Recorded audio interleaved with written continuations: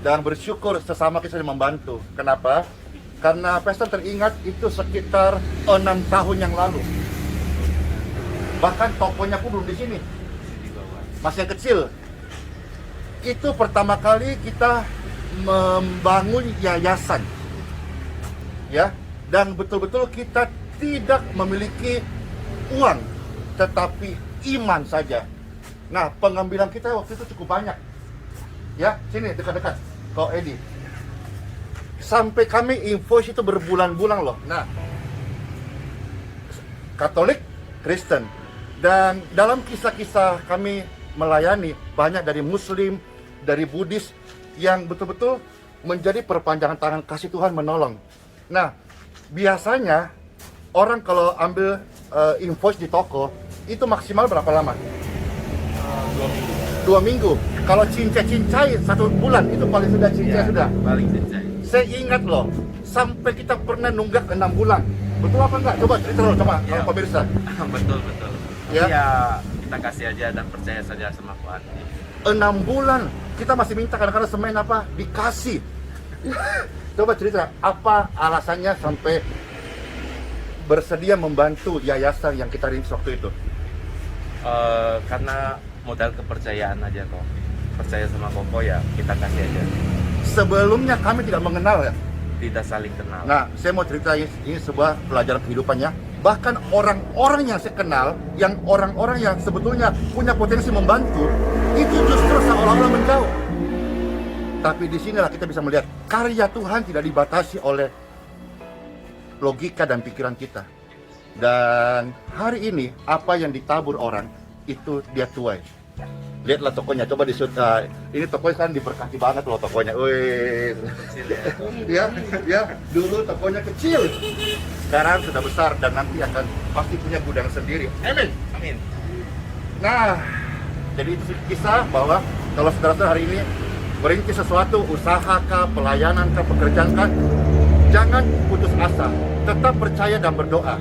Karena Tuhan Yesus sanggup untuk menolong Anda, mengirimkan orang-orang yang kita nggak kenal sekalipun, dia bisa memberkati Anda. Puji Tuhan, hari ini sudah 6 tahun berjalan, kami tetap mengambil toko ini, membangun healing center dari toko ini. Dan bagaimana sekarang setelah kita berjalan 6 tahun? Apa yang Koko Edi lihat dalam pelayanan kami? Menurut aku sih ya luar biasa kok, luar biasa. Makanya bisa Geraha YS bisa sebesar ini ya mujizat. Mujizat. Mujizat itu masih ada ya, mujizat.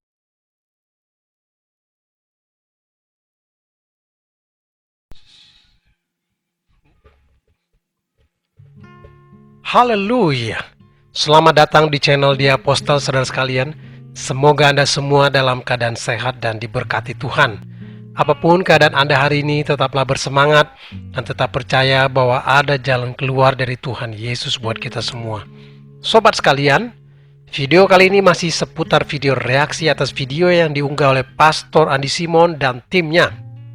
Pesan dari saya, sebelum Anda menonton video ini, tontonlah video-video saya ini sampai selesai, biar tidak salah tangkap atau salah paham atas maksud video saya ini. Dan sebelum lebih jauh, jika Anda berkenan, mohon kiranya di like dan subscribe video saya ini dan juga beri komen di bawah video ini supaya saya terus bersemangat berkarya. Terima kasih sobat sekalian. Dari video yang diunggah Pastor Andi Simon dalam cuplikan tadi, kita dapat kesimpulan bahwa Pastor Andi Simon dalam pembangunan gedung yayasan yang sekarang telah berdiri pelayanannya pernah berhutang. Pastor Andi sepertinya mengambil bahan-bahan bangunan untuk pembangunan gedung yayasannya pada sebuah toko bangunan di sekitar gedung itu dan menunggak pembayaran hingga 6 bulan kemudian baru dibayar. Utang ya kan, utang, ambil barang, utang, dibayarnya baru bisa 6 bulan kemudian. Namun karena kemurahan hati yang punya toko, karena didasarkan kepercayaan, merelakan untuk dibayar 6 bulan kemudian. Yang punya toko percaya aja. Tentu ini terjadi karena keuangan yayasan tidak cukup sehingga tidak punya dana untuk membayar tepat waktu. Bagaimana menurut saudara sekalian? Apakah kalau kita belum ada uang yang cukup tidak perlulah memiliki impian yang besar? Tunggu ada uang dulu deh. Jangan belagu punya mimpi-mimpi besar uangnya nggak ada. Atau bagaimana menurut Anda? Berhutang itu tidak alkitabiahkah? Atau berhutang itu membuat seseorang berada di bawah kutuk perhambaan? Bukankah Alkitab berkata bahwa lebih bagus memberi pinjaman daripada memiliki hutang? Terus mungkin Anda bertanya, atau orang yang rohani atau punya hubungan dekat dengan Tuhan bukan berhutang tapi menghutangi atau memberi pinjaman. Masa anak Tuhan pencipta langit dan bumi berhutang? Mungkin Anda ada pertanyaan demikian. Oleh karena itu tolong beri komentar nanti di bawah video ini. Baik, kita akan bahas dalam video kali ini. Bolehkah anak-anak Tuhan berhutang? Bagaimana tanggapan Alkitab?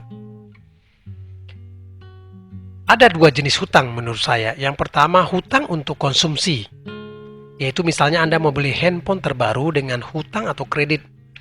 Kemudian beli kendaraan, mobil atau motor dan lain-lain, perkakas rumah tangga yang untuk dipakai oleh Anda. Istilahnya bisa juga untuk gaya saja. Padahal belum tentu butuh ya kan. Untuk gaya aja sebenarnya handphone yang 5 tahun yang lalu mungkin masih bisa. Tapi Anda pingin yang lebih baru ya. Itu sebenarnya masuk konsumsi ya kan. Atau gaya bisa. Yang kedua, jenis hutang kedua adalah hutang produktif. Yaitu Anda berhutang untuk sesuatu yang akan memberi penghasilan bagi Anda. Atau di kemudian hari mendatangkan keuntungan atau penghasilan. Misalnya hutang jenis ini adalah Anda beli tanah dengan kredit ke bank. Tujuannya itu adalah supaya tanah itu nanti dijadikan kos-kosan atau dijadikan apartemen atau dijadikan hotel, kan mendapatkan keuntungan. Anda berhutang pada orang mungkin ya, bisa juga kemana, pinjam untuk kursus supaya upgrade diri Anda, banyak kursus komputer, kursus jadi programmer. Kemudian Anda berhutang untuk biaya kuliah atau biaya pendidikan. Terus Anda mungkin pergi berhutang ke bank untuk mendirikan pabrik, mendirikan mall, dan sebagainya. Kalau Anda saat ini mungkin sedang berhutang, Anda masuk kategori mana ya? Apakah hutang untuk konsumsi atau untuk produktivitas Anda? Sebelum lebih jauh kita bahas menurut Alkitab, apakah mungkin seseorang mendirikan bisnis tanpa berhutang? Bagaimana menurut Anda? Mungkinkah kita ngumpulin duit dulu sampai uang punya 100 miliar atau 1 triliun dulu baru kita mendirikan pabrik contohnya? Atau punya tambang, atau baru punya hotel atau mall? Ya kan kita supaya menghindari hutang begitu ya kan, nggak boleh hutang mungkin bagi sebagian orang. Sampai kapan baru kita bisa punya banyak uang sehingga baru kita bisa punya modal untuk berbisnis? Kalau kita yang berpandangan ini orang Kristen tidak boleh berhutang gitu ya. Menurut saya berarti Anda yang berpandangan demikian agak susah jadi pebisnis. Saya pernah dengar konsep ini dari seorang yang saya kenal memiliki sebuah bank dan bisnis besar lainnya. Dan tolong dikoreksi jika saya salah, konsepnya itu adalah menurut dia untuk berbisnis itu tidak pernah dia pakai uang sendiri, itu konsepnya dia. Dia yang punya tambang, punya mall, punya juga bank. Menurut dia, kalau dia berbisnis, tidak pernah pakai uang sendiri. Tolong dikoreksi kalau seandainya saya salah. Sekarang kita masuk dalam Alkitab. Alkitab dalam Perjanjian Lama, dalam Amsal ayat 22 ayat 7 berbunyi, orang kaya menguasai orang miskin, yang berhutang menjadi budak dari yang menghutangi. Bagaimana dengan ayat ini? Ini jelas sekali dilarang berhutang nih, soalnya kita jadi budak dari orang yang kasih utang buat kita. Dia akan menguasai kita. Memang ada kebenaran dalam ayat tersebut, apalagi dalam Perjanjian Lama. Bila Anda tidak bisa bayar hutang, memang benar Anda jadi budak, secara harfiah benar Anda jadi budak bagi yang meminjamkan uang pada Anda. Kalau kita banyak minjam uang, tidak bisa bayar pada waktu yang ditentukan, nggak bisa bayar juga mungkin dari aset. Nah, itu anak kita bisa diambil jadi budak atau mungkin kita jadi kayak membayarnya seumur hidup jadi budak orang yang kasih pinjaman tersebut. Kita pernah lihat juga di film-film zaman Romawi dulu mirip-mirip seperti itu. Masih zaman itu masih berlaku seperti itu. Mungkin itu salah satu ayat di Perjanjian Lama. Anda bisa cari yang lain. Dalam Perjanjian Baru, Paulus berkata dalam Roma 13 ayat 7 sampai 8 demikian. Bayarlah kepada semua orang apa yang harus kamu bayar. Pajak kepada orang yang berhak menerima pajak, cukai kepada orang yang berhak menerima cukai, rasa takut kepada orang yang berhak menerima rasa takut, dan hormat kepada orang yang berhak menerima hormat. Terus dilanjutkan, janganlah kamu berhutang apa-apa kepada siapapun juga, tetapi hendaklah kamu saling mengasihi, sebab barang siapa mengasihi sesamanya, ia sudah memenuhi hukum Taurat. Bagaimana konsep Paulus di sini tentang hutang? Sebenarnya Paulus menekankan hal ini dalam konteks ketaatan kepada pemerintah sebagai pelayan-pelayan Tuhan. Anak Tuhan harus membayar apa yang harus kita bayar, baik pajak, cukai, maupun rasa hormat kepada pemerintah atau kepada siapa saja yang berhak menerima rasa hormat, rasa takut itu. Jadi bukan soal uang saja, tetapi juga penghormatan atau sikap batin ini sebenarnya, ya kan? Jadi termasuk perkataan untuk tidak berhutang kepada siapapun itu bukan hanya soal uang saja, tetapi juga perbuatan mengasihi kepada orang lain. Paulus di sini berbicara tentang ketaatan pada pemerintah dan ketaatan pada Allah dalam hal mengasihi sesama, dan tidak secara khusus memang berbicara soal bisnis. Jadi bukan soal bisnis sebenarnya Paulus ngomong di ayat ini, tapi apa yang menjadi hak pemerintah, mengut pajak kasih. Apa yang menjadi hak Allah, kamu harus lakukan juga, yaitu mengasihi. Itu sikap batin. Apa yang diperintahkan Tuhan, apa yang dimaui Tuhan, itu adalah haknya Tuhan, kamu berikan juga. Jadi bukan soal ngomong bisnis sebenarnya Paulus di sini. Supaya dapat gambaran lebih luas, menurut saya, berhutang berarti meminta pinjaman uang dari orang lain, ya kan? Menurut saya itu berarti minta uang, pinjam dong, minta dong uang lu, gue pakai dulu gitu, ya kan? Meminta. Ada suatu ayat dalam Mazmur 37 ayat 25. Ditulis demikian, dahulu aku muda, sekarang telah menjadi tua, tetapi tidak pernah kulihat orang benar ditinggalkan, atau anak cucunya meminta-minta roti. Ini Raja Daud yang ngomong. Jadi waktu dari dulu dia muda sampai menjadi tua sekarang, kata dia, belum pernah dilihat orang benar ditinggalkan atau anak cucunya meminta-minta roti. Jadi tidak pernah dia lihat orang benar itu ditinggalkan. Ini tentang ngomong dirinya juga sebenarnya. Menurut Raja Daud bahwa orang benar tidak pernah ditinggalkan atau anak cucunya minta-minta roti. Coba kita perhatikan. Pernahkah Anda membaca kisah bahwa Raja Daud dalam pelariannya dikejar-kejar oleh Raja Saul mertuanya? Suatu saat dia kehabisan makanan, sehingga dia harus meminta makan kepada seorang pengusaha yang bernama Nabal. Ini tertulis dalam 1 Samuel 25. Atau kisah lainnya, dekat-dekat situ juga, karena kehabisan makanan, Daud dan orang-orangnya mengambil roti di bait Allah loh nih, yang khusus untuk imam. Dalam 1 Samuel 21 itu. Bagaimana menurut saudara? Ternyata Daud pernah meminta-minta untuk makan loh tuh, karena tidak punya apa-apa lagi. Anda bisa saja berkata orang benar mestinya kan tidak pernah ditinggalkan sesuai dengan ayat itu. Bagaimana Anda ngomong tentang ini? Ada ayat nih, orang benar tidak pernah ditinggalkan. Tidak pernah meminta-minta lagi anak cucunya. Sama halnya dengan berhutang, sobat sekalian. Ini menurut persepsi saya. Kenapa kita diizinkan masuk dalam situasi tidak ada uang sehingga harus berhutang pilihannya? Padahal janji Tuhan dalam perkataan Daud berkata, orang benar tidak pernah ditinggalkan. Garis bawahi kata tidak pernah ditinggalkan. Tidak pernah berarti tidak ada absen di situ, selalu hadir Tuhan di situ. Bagaimana menyikapi hal ini? Daud ngomong begitu, kenyataannya dia pernah kekurangan, meminta-minta uang, bahkan dikejar-kejar Raja Saul. Menurut pengertian saya dari berbagai sumber, saya dapatkan begini. Perkataan Raja Daud yang berkata, orang benar tidak pernah ditinggalkan dan anak cucunya tidak meminta-minta roti, sebenarnya artinya begini. Itu memang harus dilihat juga dari teks Ibrani namanya, karena Perjanjian Lama itu ditulis dalam bahasa Ibrani.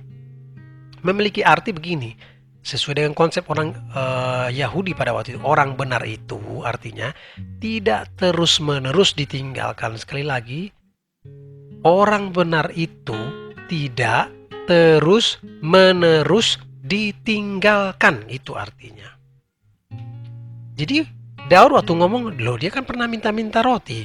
Artinya adalah, gue tidak seterusnya meminta roti. Gitu, Tuhan tidak meninggalkan gue. Katanya Tuhan tidak meninggalkan dia, dikejar-kejar orang mau dibunuh. Iya, itu maksudnya Tuhan tidak terus-menerus gue dibunuh, mau dibunuh orang. Ada saatnya diamankan, Tuhan tolong dan lepaskan. Kira-kira gitu. Perasaan ditinggalkan oleh Tuhan itu pernah dialami nabi-nabi perjanjian lama. Sepertinya Tuhan tidak menolong. Itu pernah dialami banyak perjanjian lama. Nanti Anda baca kitab Yesaya, gitu ya kan, Yeremia dan semua juga. Bahkan Yesus di kayu salib sebagai manusia, loh dengar nih, sebagai manusia berkata, "Allahku, kenapa engkau meninggalkan aku?" Sebagai manusia ya, kalau nanti Anda bilang Tuhan kok bisa berkata gitu? Tuh, dia 100% manusia, 100% Allah. Rohnya itu adalah roh Allah, firman Allah sendiri. Orang benar itu akan pernah merasa ditinggalkan Tuhan. Nah, itu yang harus digarisbawahi. Bahwa orang sekalipun kita orang benar, kita akan pernah merasa, Tuhan kok nggak ada ya? Tuhan kok nggak menolong gua ya? Mana pertolongan Tuhan? Namun harus diingat, pada akhirnya kita akan diselamatkan.